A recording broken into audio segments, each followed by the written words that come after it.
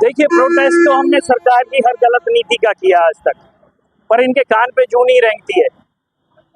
आज जो इनकी नेशनल टेस्टिंग एजेंसी, जिसके ऊपर हमारे देश के करोड़ों युवाओं का भविष्य निर्भर करता है, NTA agency, national testing agency, NEET के एग्जाम हुए मेडिकल छात्रों के, उनकी कोचिंग में भी लोग, उनके माता पिता एक एक साल बर्बाद कर देते हैं। कितना ही खर्चा उसमें अंधाधुंध होता है, और इन लोगों ने कितनी बेशर्मी से उस नेशनल टेस्टिंग एजेंसी का मजाक उड़ाया कि 720 में से 720 नंबर दे दिए। 64 छात्रों से ऊपर के ऐसे नंबर हैं जो नाजायज हैं। इनका प्ली क्या था कि ग्रेस नंबर दिए गए। अब वो ग्रेस नंबर एक ही सेंटर पे 6 लोगों के 720 के 7 नंबर, और उनमें से एक छात्रा के बायोलॉजी में 0 नंबर। आप सोचिए कि कितनी बड़ी धांधली हुई होगी इस संस्था की। इस संस्था की धांधली को उजागर करने के लिए, युवाओं तक अपनी आवाज पहुंचाने के लिए कि आज हमें जरूरत है, आम आदमी पार्टी युवाओं से समर्थन मांगती है। उन भविष्य, जो देश का भविष्य है, जो राष्ट्र निर्माण में अहम भूमिका निभाने वाले हैं, उनसे ये मांगती है कि आप अपने लिए आवाज उठाएं, हम आपका प्रतिनिधित्व करेंगे। और हरियाणा के अंदर जो धर्मेंद्र प्रधान आज प्रभारी बन के आया है, वो प्रभारी को यहाँ की देश की जनता, हरियाणा की जनता, उसने देख लिया कि शिक्षा घोटाला करके आया है, यहाँ के भविष्य को भी बर्बाद करने आया है।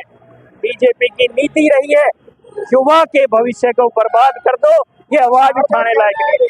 जांच कमेटी बना दी है, पानी का पानी करेंगे, उसको लेकर क्या कहोगे? सरकार, ये जांच पूरी नहीं होगी।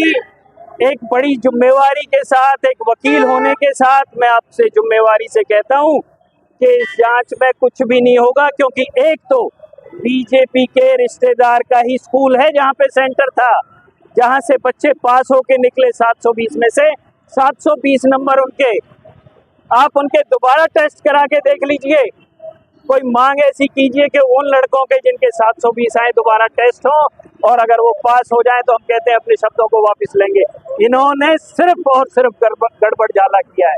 अगर उचित कार्रवाई नहीं होती तो आम आदमी पार्टी का आगे उचित कार्रवाई नहीं होती है तो पूरी आम आदमी पार्टी का कार्यकर्ता हर कॉलेज के बाहर, इनके डीसी ऑफिस के बाहर, एसडीएम ऑफिस के बाहर, जो भी सरकारी तंत्र है उनके बाहर धरना देगा, और इन बीजेपी के लोगों को चेताने का काम करेगा कि 2024, ये 2 महीने तुम्हारे सरकार आने के बाद बता देंगे कि कहां कहां आपने षड्यंत्र किया।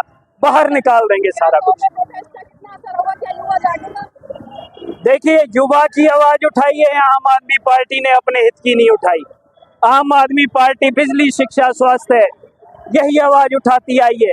और शिक्षा के साथ या कितना बड़ा जुड़ा हुआ मुद्दा है, कितना बड़ा जुड़ा हुआ मुद्दा है, ये तो आप समझ सकते हो।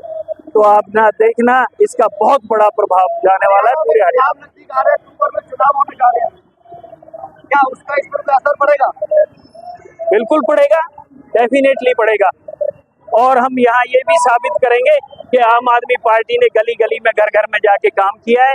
जो वादे हमने किए, गारंटियां हमने दिल्ली पंजाब में दी, वो हमने पूरी करके दिखाई, और हरियाणा में भी पूरी करके दिखाएंगे। देखिए, ये जो देश का भविष्य होते हैं ना युवा, उनके साथ मोदी सरकार ने जिस दिन से बनी है और आज तक धोखे पे धोखे करी जा रही है। अभी ये जो एग्जाम कंडक्ट किया गया था, ये एग्जाम अगर आपको ध्यान हो तो जिस दिन चुनाव था 25 तारीख, जिस दिन रिजल्ट आना था, उससे कुछ दिन पहले ही ये जो एग्जाम था ये कंडक्ट किया गया था। ये धांधली इनकी शुरू से ही नजर आ रही थी। ये लोग युवा विरोधी है। इन्होंने शुरू में युवाओं से वादा किया था, जब 2014 में आए थे, कि हम 2 करोड़ रोजगार युवाओं को देंगे।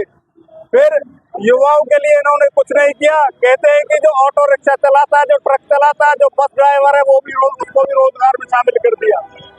फिर कह देते हैं कि जो पकौड़े तल रहा है स्टूडियो के बाहर, वो अगर अपने रोजी रोटी कमा रहा तो उसको भी रोजगार में शामिल कर दिया।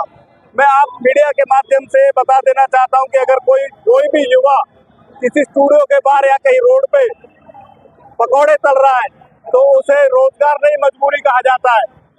और अब पढ़े लिखे छात्रों के साथ जो इस मोदी सरकार ने इतना बड़ा घोटाला और धांधली करी है, आम आदमी पार्टी इसकी जांच की मांग कर रही है।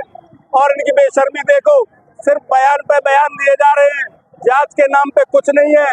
जो शिक्षा मंत्री है देश के धर्मेंद्र प्रधान जी, उनका भी कोई ऐसा रवैया नजर नहीं आ रहा कि वो इस घोटाले की अच्छी तरीके से जांच करवाई जाए।